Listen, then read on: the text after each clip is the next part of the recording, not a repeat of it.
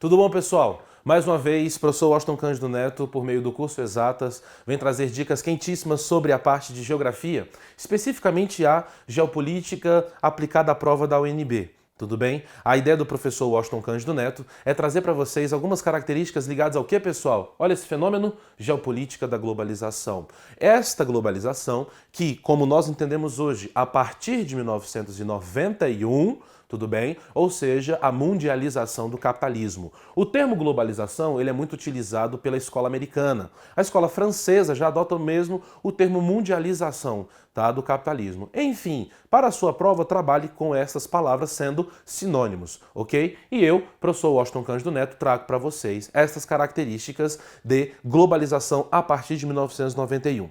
A primeira ideia que nós temos que entender é que a globalização ela não é um fenômeno contemporâneo. Você tem fenômenos globalizantes desde o mercantilismo, com as navegações, século XVI. Esta globalização aumenta quando você tem o processo de revolução industrial no século XVIII, Europa. Tranquilo? E cada vez mais o aprimoramento da tecnologia, as revoluções tecnocientíficas informacionais, como diria o grande professor Milton Santos, vai trabalhar também com essas categorias de globalização.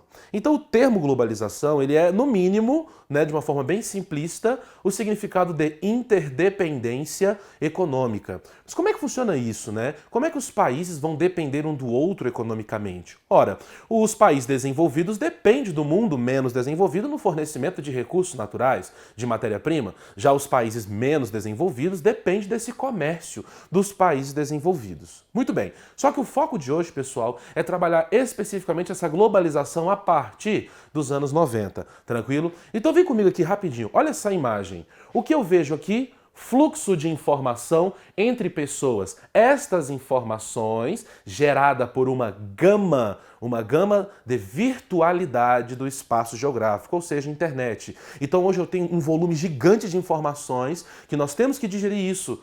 Tempo para essa digestão não temos e o volume é cada vez maior. Então até que ponto essas informações não são ruídos, né? Como o professor Milton Santos cita no seu documentário. Olha essa parte de baixo, pessoal. O que eu vejo aqui? Gillette, Marlboro, Coca-Cola, HP, BMW, Samsung, Nokia, Citi, Microsoft, ou seja, multinacionais. Logo, o que nós podemos concluir da globalização de forma bem simples, do ponto de vista de características gerais, pessoal? Olha, eu tenho aqui o contexto econômico.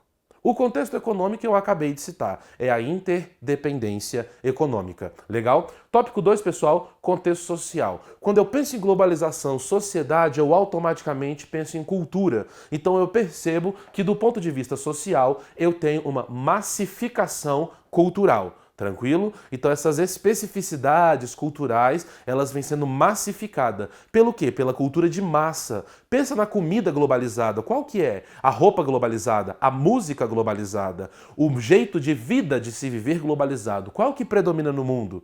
Tranquilo? Então nós temos uma resposta específica para isso. Ponto 3, contexto territorial. Ou seja, a gente volta, pessoal, naquela ideia do quê? Das multinacionais. O mundo sem fronteira. Eu procuro a produção no espaço que for mais rentável para mim. Tranquilo? Só que isso tem problemas. Isso tem consequências, né? A mundialização do capitalismo, para alguns teóricos, é chamado de americanização, porque a cultura e o modo de vida estadunidense é meio que imposto no mundo ocidental. Tranquilo? E vamos agora às consequências. Quais são as consequências, pessoal, social para a globalização? Milton Santos, Vicentini e o próprio Demetrio Magnoli já citam aumento da desigualdade. Então é meio falso essa ideia de que a globalização diminui as desigualdades sociais. Não é muito bem assim, não.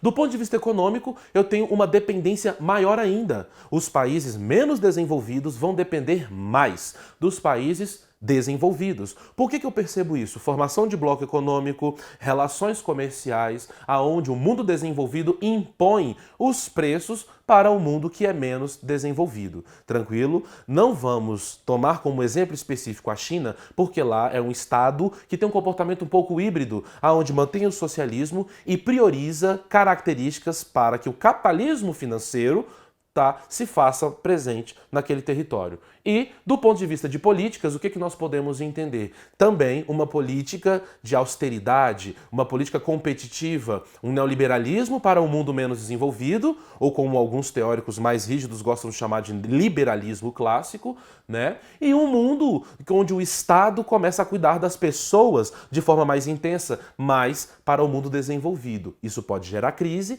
mas essa é a característica básica de globalização. Tranquilo? E um quarto ponto, pessoal, eu trago para vocês uma dica. Por favor, isso já foi tema várias vezes de prova da UNB. Tranquilo? O mundo global visto do lado de cá. Isso é uma entrevista com Milton Santos. Tranquilo? Professor Washington Cândido Neto, por meio do curso Exatas, vem mais uma vez trazer dicas quentes de geopolítica para você. Afinal, pessoal, conhecimento é tudo. Até mais.